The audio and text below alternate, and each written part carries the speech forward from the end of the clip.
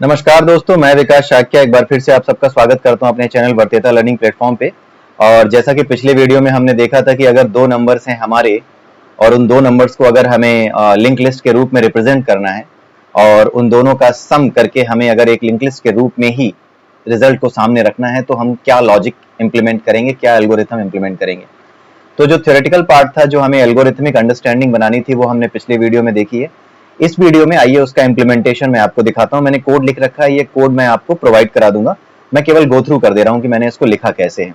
ठीक है, सबसे पहले तो मैंने ये स्ट्रक्चर क्रिएट किया लिंक लिस्ट के लिए, नोड के लिए, सिंगल लिंक लिस्ट के लिए। ठीक है, ये सिंगल लिंक लिस्ट का क्वेश्चन था। उसके बाद मैंने क्या किया कि एक लिस्ट बनाई, क्लास लिस्ट बनाई। ठीक है, क्लास बनाई लिस्ट के नाम से और इसमें तीन प्राइवेट वेरिएबल्स ले लिए। इसमें से एक है हेड, एक है लास्ट और एक है काउंट ऑफ द नोड्स।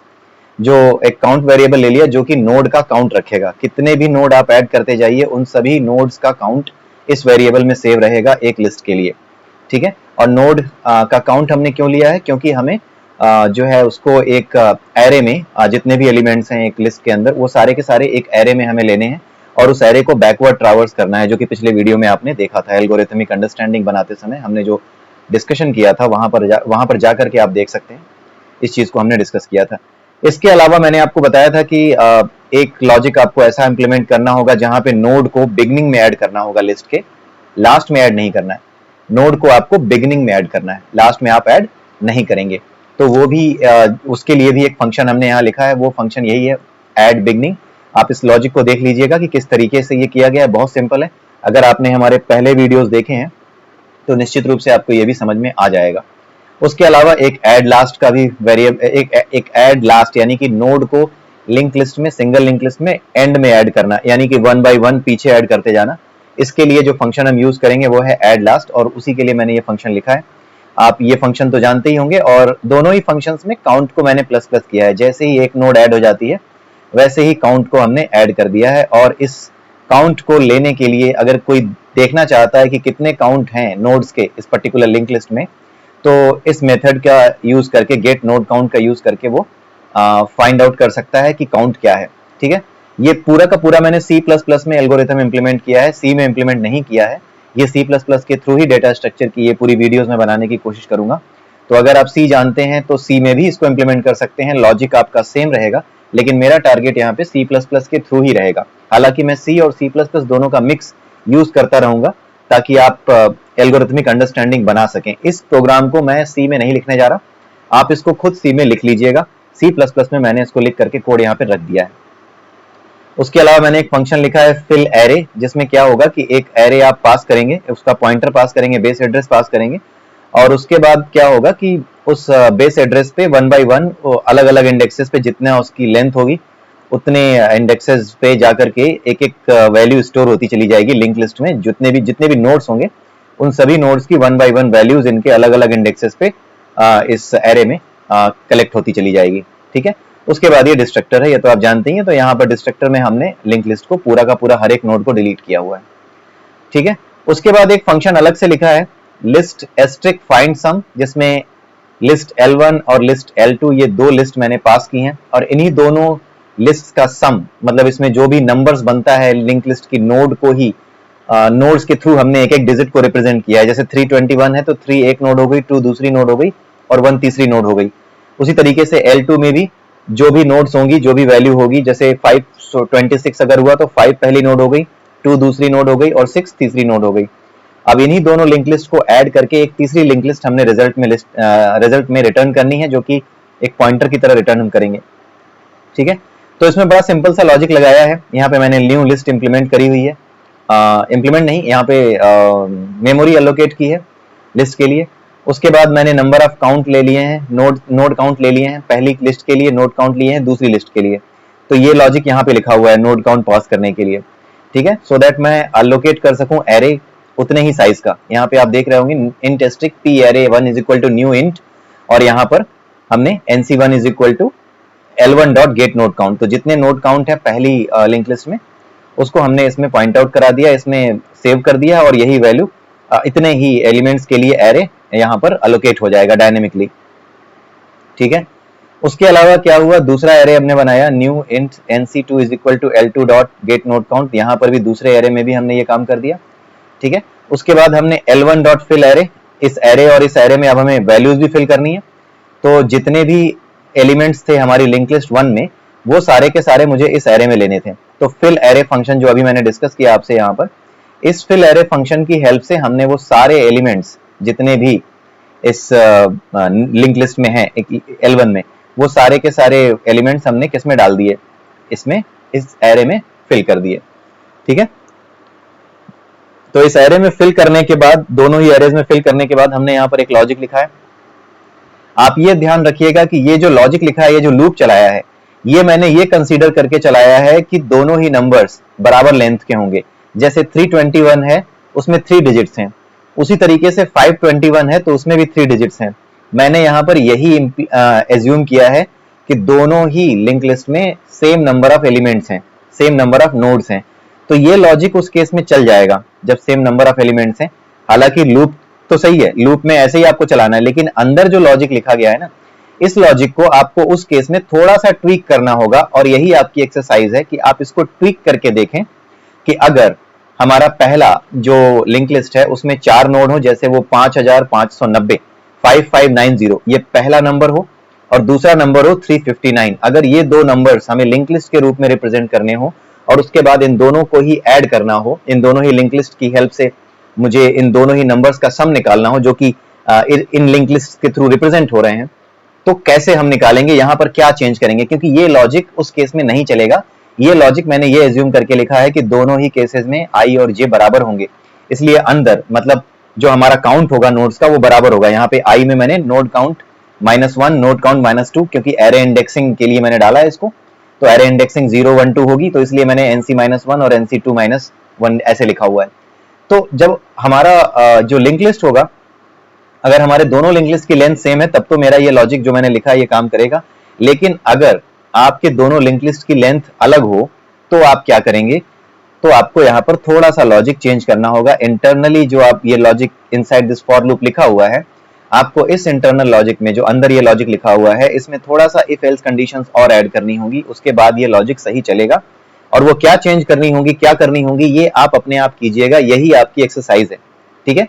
इतनी एक्सरसाइज आप जब तक नहीं करेंगे तब तक आपको प्रोग्रामिंग समझ में नहीं आएगी। एल्गोरिथम्स और डेटा स्ट्रक्चर्स, खास करके लिंक लिस्ट में जो डेटा स्ट्रक्चर्स के क्वेश्चंस आते हैं वो इजीली आप फिक्स नहीं कर पाओगे, सॉल्व नहीं कर पाओगे अगर आपने खुद से ये प्रॉब्लम्स फिक्स करना नहीं सीखी तो।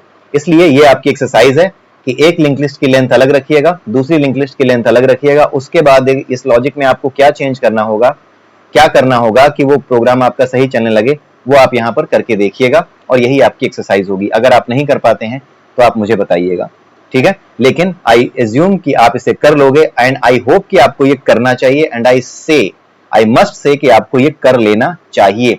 चाहे कितनी भी देर लगे, आप प्रैक्टिस करते रहिए। प्रैक्टिस करके जब आप इन चीजों को करना सीख जाएंगे तो एक ना एक दिन जब ये फिक्स होने लगेंगी तो आपकी अंडरस्टैंडिंग, आपकी एल्गोरिथमिक कैपेबिलिटी, आपकी प्रॉब्लम सॉल्विंग स्किल्स अच्छी हो जाएंगी, ठीक है। इसी तरीके से प्रॉब्लम सॉल्विंग स्किल्स आपकी टेस्ट की जाती हैं, ऐसे ही क्वेश्चंस को दे करके। अच्छा, इसके अलावा और एक चीज है, ये p-array1 और p-array2 मैंने यहाँ पर इस फंक्शन में लास्ट में इसको मुझे डिलीट कर देना चाहिए था, मैंने डिलीट नहीं किया है। सो p-array1 ये डिलीट करना है। एरे इसी तरह से डिलीट किए जाते हैं, आई होप कि आपको पता होगा। डिलीट p-array2, ठीक है। तो ये दोनों चीजें हमने डिलीट कर दी, ठीक है। और उसके बाद रिजल्ट आप ये देख रहे होंगे कि यहाँ पर हमने क्या किया है, ये लॉजिक लिखा हुआ है, कैरी एक वेरिएबल ले लिया है कैरी, जो कि सम करने के बाद जो कैरी आएगी वो देख सकते हैं। और दूसरी चीज ये है, ये कैरी यहाँ पर यूज करी है मैंने, शुरुआत में कैरी 0 होगी, लेकिन बाद में जब ये प्रोग्राम चलेगा तो ये कैरी क्या हो सकती है, बढ़ सकती है। जैसे मैंने यहाँ पर 650 और 375 को ऐड किया है, लिस्ट L1 ली है, लिस्ट L2 ली है। L1 में 650 वैल्यू है, L2 में 375 वैल्यू है, इन दोनों को ऐड करना है। तो मैंने एक लिस्ट L3 बनाई और एस्ट्रिक L3 पॉइंटर लिया और फाइंड सम को कॉल किया, सो दैट मुझे पॉइंटर वापस मिल जाए, जो वैल्यू है जो ये रिटर्न कर रहा है वो मुझे वापस मिले। और मैंने उसको सेव किया और उसके बाद लिस्ट को प्रिंट करने की कोशिश की है यहाँ पे। तो आप इस लिस्ट को प्रिंट इस तरीके से कर सकते हैं। यहाँ पर फाइंड सम में आप देख लीजिए कि क्या किया गया है। ये एक चीज और है, ये जो प्रोग्राम है ये उस केस में भी सही चलेगा जब आपके पास केवल 2 लिंक लिस्ट हैं और उन 2 लिंक लिस्ट को आप ऐड कर रहे हैं। लेकिन अगर ये 2 से ज्यादा 3 हो गई, तब ये लॉजिक आपको थोड़ा सा चेंज करना होगा। हालांकि कोई आपसे ऐसा टफ क्वेश्चन पूछेगा नहीं कि हाँ 3 4 5 ऐसे करते चले जाएं, क्योंकि इसका कोई मतलब नहीं है। ये केवल आपकी लॉजिकल कैपेबिलिटी को चेक करने के लिए और अपनी लॉजिकल कैपेबिलिटी को स्ट्रॉन्ग करने के लिए आपको ऐसे क्वेश्चंस का जो है प्रैक्टिस अवश्य करनी चाहिए। ठीक है, तो कम से कम तीसरे के लिए आप इसे बनाइएगा। ये एक और एक्सरसाइज आपके लिए हो गई कि 2 लिंक लिस्ट को हम ऐड कर रहे हैं, उनके थ्रू जो नंबर रिप्रेजेंट हो रहा है उनको हम ऐड करके उसका रिजल्ट निकाल कर ला रहे हैं। लेकिन आपको क्या करना है कि अगर एक तीसरी लिंक लिस्ट भी हो, अगर कोई एक तीसरा नंबर भी दे दे और आपसे कहे कि इस तीसरे नंबर का भी इन दोनों नंबर्स के साथ सम निकालिए, यानी तीनों नंबर्स को जोड़ करके सम निकालिए, तो आप यहाँ पर क्या चेंज करेंगे ये जरूर करके देखिएगा। अगर आपने ये कर लिया सक्सेसफुली, अगर आप इसको कर ले जाते हैं, तो आप समझ जाइए कि आप बहुत कुछ जो है करना अब सीख गए हैं इसमें, लिंक लिस्ट में। ठीक है, आपको ये अवश्य करना आना चाहिए, बिना इसके आपकी बात नहीं बनेगी। ठीक है, तो आज के लिए इतना ही। ये एक्सरसाइज में जो मैंने कोड लिखा है, इस कोड को मैं आपको शेयर कर दूंगा एंड आई विल एज्यूम कि आप लोग ये कोड कॉपी करेंगे, पेस्ट करेंगे और अपने यहाँ चला करके देखेंगे जरूर कि कैसे ये प्रोग्राम लिखा गया है, कैसे ये चलाया गया है। और इसको जो 2 एक्सरसाइजेज मैंने दी हैं मैं यहाँ पे लिख दे रहा हूँ, यहाँ पे दोनों एक्सरसाइजेज लिख दे रहा हूँ। एक्सरसाइज 1 कमेंट में डाल दे रहा हूँ जो 2 एक्सरसाइज आपको करनी चाहिए। एक्सरसाइज 1, इसमें क्या होगा, modify the function to add 2 numbers with different number of digits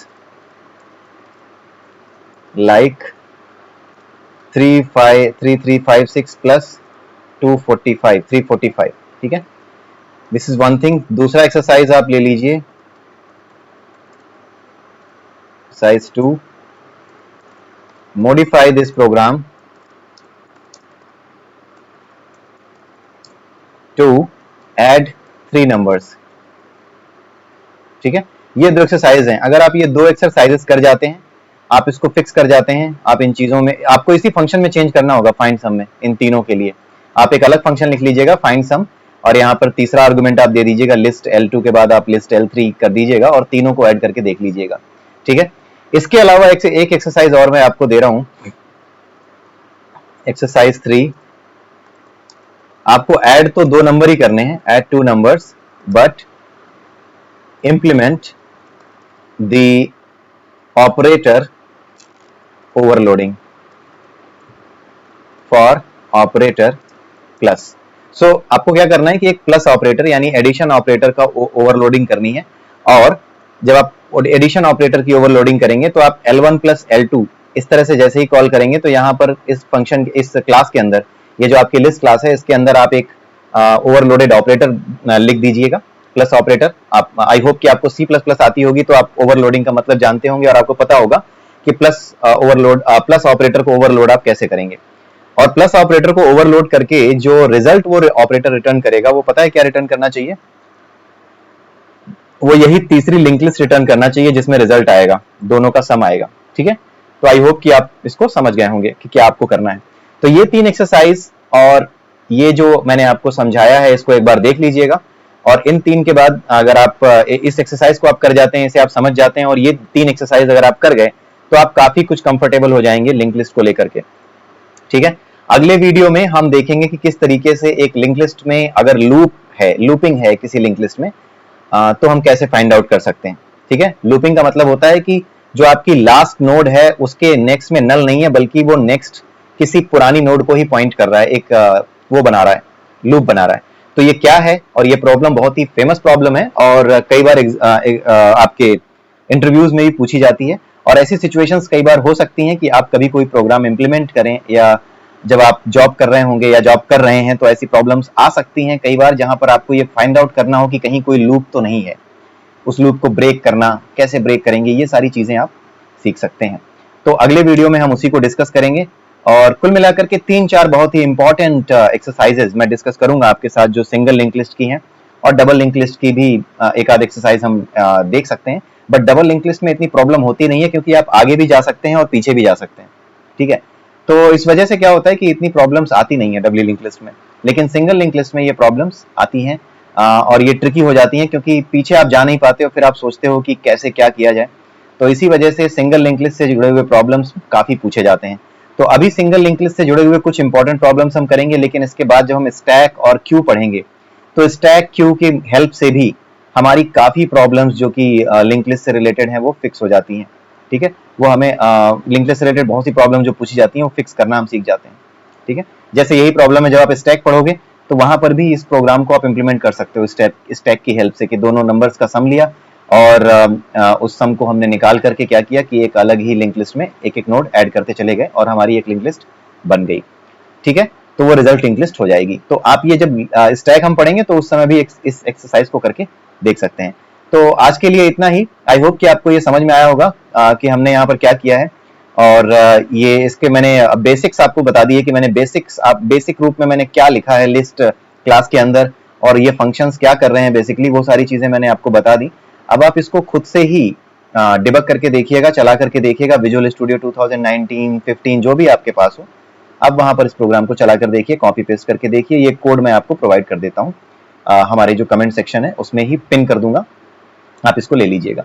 ठीक है, तो इसी के साथ मैं इसको समाप्त करता हूं, और समाप्त करने से पहले मैं आपसे रिक्वेस्ट करना चाहूंगा कि आप मेरे वीडियो को लाइक कर दीजिए, सब्सक्राइब कर दीजिए मेरा चैनल, और अपने दोस्तों के साथ शेयर भी कर दीजिए, सो दैट मेरा मोटिवेशन भी कुछ बना रहे। ठीक है, काफी मेहनत करके मैं ये प्रोग्राम्स लेकर आता हूँ आपके लिए। तो आई होप कि आपको चीजें समझ में आ रही होंगी, और अगर कुछ चीजें समझ में नहीं आ रही तो आप बेधड़क मुझे बताइए, और कुछ अगर एक्स्ट्रा आपको चाहिए कि कुछ मैं छोड़ रहा हूँ तो वो भी आप मुझे बता सकते हैं कि हाँ ये चीजें भी अगर कवर की जाती तो बेटर होता। तो अगर ऐसा भी कुछ है तो आप मुझे बता सकते हैं। Thank you, have a nice day.